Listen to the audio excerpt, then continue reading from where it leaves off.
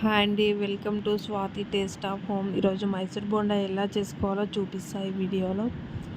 ముందుగా మనం మైదాపిండి 1 కప్పు, బియ్యం పిండి 1/2 కప్పు, జీలకర్ర టీ స్పూన్, బేకింగ్ సోడా, పచ్చిమిర్చి, పెరుగు 1 కప్పు. చిన్న చిన్న టిప్స్ పాటిస్తే మైసూర్ బోండా బాగొస్తుంది. అన్నీ మిక్స్ చేసుకోవాలి. బౌల్లో వేసుకొని అన్నీ కలుపుకోవాలి. నేను ఒక్కొక్కటిగా చూపిద్దామంటే వీడియో ఆఫ్ చేసి తీసిన కాబట్టి చూపించలేకపోయినా. మొత్తం అన్నీ ఒక బౌల్లో వేసుకొని మొత్తం కలిపేసుకోవాలి. కొంచెం వాటర్ వేసుకుంటూ కలపాలి. మరీ ఎక్కువ పల్చగా చేసుకోకుండా ఇట్లా మనం చూసుకుంటూ కలుపుకోవాలి. ఎందుకంటే బోండా వేసేటప్పుడు మనకి ఇట్లా లూజ్ ఉన్నదనుకో రాదు, కొంచెం గట్టిగా ఉంటేనే వస్తుంది. ఒక అరగంట సేపు మనం అలా పక్కకు పెట్టుకోవాలి. అన్నీ కలిపేసి మంచిగా నాని స్మూత్గా అవుతుంది పిండి మొత్తం. ఇప్పుడు చూడండి మంచిగా సాఫ్ట్గా అయింది.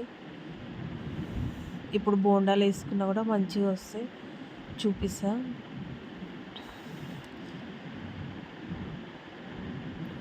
అందులోనే సాల్ట్ వేసుకోవాలి. మన రుచికి తగినంత సాల్ట్ వేసుకొని కలుపుకోవాలి. పొయ్యి పైన కడాయి పెట్టుకొని ఆయిల్ వేడెక్కిన తర్వాత కొంచెం కొంచెం తీసుకొని వేసుకోవాలి. మంచిగా రౌండ్గా వచ్చేలాగా వేసుకోవాలి.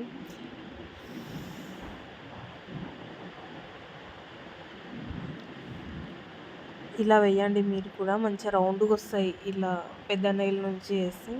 లేదంటే కొంచెం కొంచెం తీసుకొని మామూలుగా వడల్లాగా కూడా వేయచ్చు.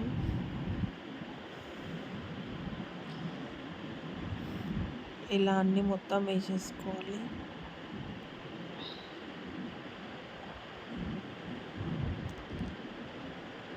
ఈ మైసూర్ బొండలు వేగుతున్నప్పుడు మలపడం వన్ సైడే ఉండిపోతాయి. అవి కొంచెం మంచిగా మలరేస్తుండాలి. గోల్డెన్ కలర్ వచ్చే వరకు ఫ్రై చేయాలి వాటిని. ఈజీ ప్రాసెస్, తొందరగా అయిపోతుంది. ఒక ½ అవర్లో మైసూర్ బోండా చేసేసుకోవచ్చు. పొద్దున బ్రేక్ఫాస్ట్కి తొందరగా అయిపోతుంది.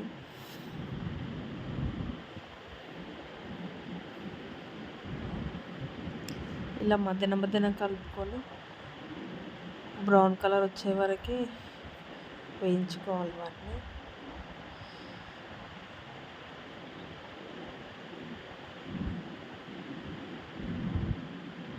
ఇవి వన్ సైడే ఉండిపోతున్నాయి, మలరట్లేదు. కొంచెం చూసి మలుపుతుండాలి అటు ఇటు. చూడండి ఎలా అయిందో, గోల్డెన్ కలర్ వచ్చే వరకు ఇలా వేయించుకోవాలి. చూడండి మైసూర్ బోండాలు ఎంత మంచిగా అయినాయి, స్మూత్గా రౌండ్గా. కొన్ని షేప్ అవుట్ అయినాయి, కొన్ని రౌండ్గా వచ్చినాయి. చట్నీతో చాలా బాగుంటాయి. లోపల కూడా స్మూత్గా చాలా క్రిస్పీగా అయినాయి. చాలా బాగున్నాయి. మీరు కూడా ట్రై చేయండి.